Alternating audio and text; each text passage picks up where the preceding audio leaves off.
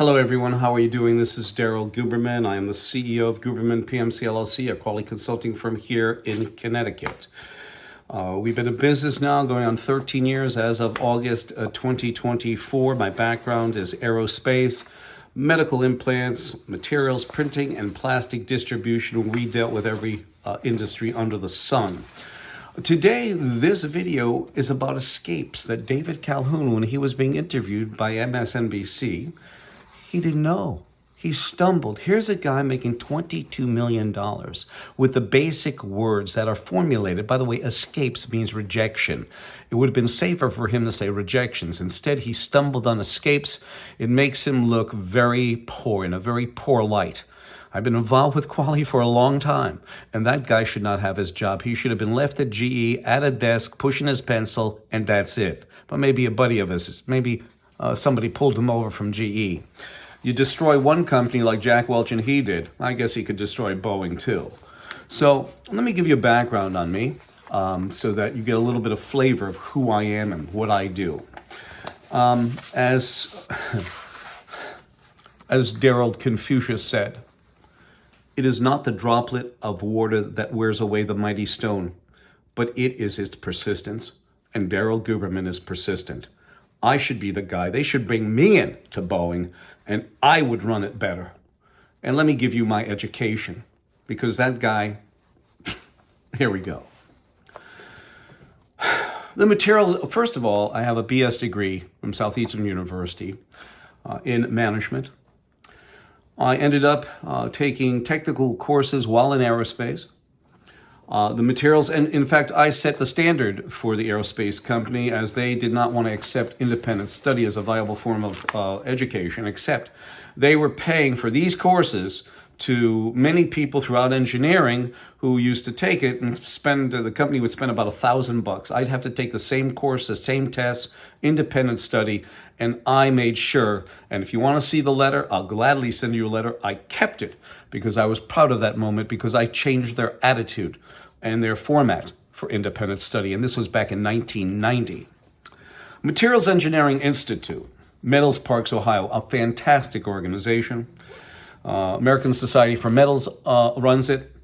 Materials Engineering Institute diplomas were comprised of the following 10 certificate courses: aluminum and its alloys, corrosion, composites, 1, the basics, composites, 2, material and selection, and application, principles of metallography, titanium and its alloys, principles of failure analysis, fundamentals of non-destructive testing, welding inspection, quality control, mechanical testing of metals. Have I given anybody narcolepsy yet? I am getting some. Anyway, diplomas, composite engineering technology. And what they did is they took these 10 certificate programs and blended them into the 5 diplomas. Composite engineering technology, testing and inspection, welding metallurgy, and applied metallurgy. Hardcore learning, Scranton, PA, certificate programs, level 1 and 2, plastic films, sheets, foams, and laminates, certificate in plastic adhesives and coatings, certificate in industrial plastics, ConStep, Rocky Hill, Connecticut, lean awareness and Kaizen training, Clean Harbors, Bristol, Connecticut, a certificate for hazardous waste management, International Association for Plastic Distributors or Distribution is 2 certificate programs in plastic. Rensselaer Polytechnical Institute, Hartford campus, certificate in certified quality management. And now we're going to go to the pièce de résistance. All of the data will be down below this video. And I want to go on to the escape side of the business. But first of all, let me just show you this. You have the International Aerospace Quality Group that sits on ANSI-ANAB's board. They handle OASIS, which is the online aerospace supplier information systems where companies like Boeing could check if you're ANAB accredited and your accreditation is updated. The only time I ever saw an AS9100 cert taken away is for lack of payment, not quality issues, not rejections, not major nonconformances. I have never seen that in my 40 plus years.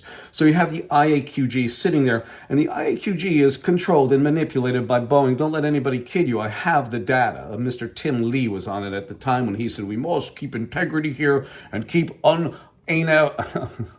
unaccredited ANAB certs out of the business. Well, actually, he said, in essence, he said, if your certificate is not ANAB, ANSI ANAB accredited, then you can't get into Boeing, Lockheed. So he set the standard as the officer on charge at that time. Boeing, as a matter of fact, in their, and I'm going to say this, on their supplier portal, they call out ANSI ANAB. Okay, that's number one, or international equivalent. Number two is that in a supplier bulletin in 2002, it basically said, send us your AS 9100 certificate as long as it's ANSI ANAB accredited. Send it in. Send in your parts, and Boeing does not have to do any on-site audits for 22 years. They also, in 2009, got regulatory authority by the FAA. You can't make this up. So when people talk about the MCAS system, they were the regulator. They don't have to do it. When you hear David Calhoun, okay, say, a regulator, the FAA, when he became the CEO in 2019, he became the administrator for the FAA. Don't let anybody kid you. On the IAQG, they came out ANSI ANAB. Back in the day, it was called ANSI NAPRAP, and then ANSI ASQ, and then they changed it in 2018. They merged, and they changed it to ANSI ANAB.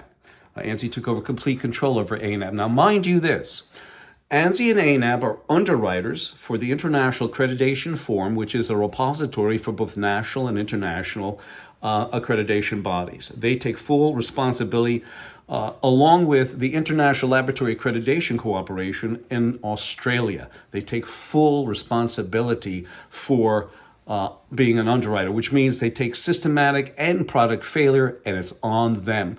The only issue, and ladies and gentlemen of Alaska Air, and Mr. Johnson, the attorney out there, I contacted him. I did. And I know they like to be confidential, but I did contact him. I gave him a slew of information, but he can't decipher it without me being the expert witness. And I will be the expert witness, because without me, the passengers who are suing Boeing will not get as much as they could have or should have. That's the problem. That's the issue. And another thing, and this goes directly to the passengers who are suing Boeing, is that the factor is that your lawyer, who's, I'm sure, a member of the American Bar Association, they're quite involved with ANSI ANAB. They are. I have that documentation. I don't make this up, okay? My name is Daryl Guberman. Integrity, honesty, and the truth. And no matter what type of bullshit you may read on the internet about me, no matter what type of crap, call me up, 203-556-1493, or you can write me at darryl@yahoo.com. Look at my YouTube channel, Google Daryl Guberman, look at that, okay? We've been involved with this for 13 years trying to expose these people because it's disgusting. David Calhoun should step down. And I'm going to prove to you why. But let's continue on. So you have the IAQG, who handles OASIS, the online aerospace supplier information system. So Boeing's in there, Lockheed's in there, make sure they're AS 9100, because you know why? Lockheed and Boeing sit on ANSI's board. So let me just say this. You tell me if there's something wrong with this. This came out in 2003. You can't find this anymore. We've kept it for many, many years. But listen to what it says. I want to ask you, does this talk about quality in any way, shape, or form? 4.2. By the way, I've got the full document. 4.2. An AS 9100 certified organization does not have an option to be excluded from the OASIS database. If an AS 9100 certified organization refuses to be entered into the OASIS database, for example, refuses to pay database fees, their AS 9100 certificate shall be taken away by the registrar. Isn't that nice? Now what we're going to do is we're going to get on to escapes. What I want you to do is I want you to listen to Mr. David Calhoun, who at the last, I think he's making a $1.5 million base, and the rest of 20 some odd million dollars is bonuses, this, that, the other. He is not worth it. The value is not there. And the board of directors, either they ought to get rid of him I would be doing a better job. I read you my education, I've got experience, and the best thing is I've got tenacity. Most of these guys are out on the golf course, and that's the problem. When you hear David Calhoun, he spent more time on the golf course than he did in the factory shop floor. You can tell, and here it is. You can't make this up. An unsafe airplane fly in the first place?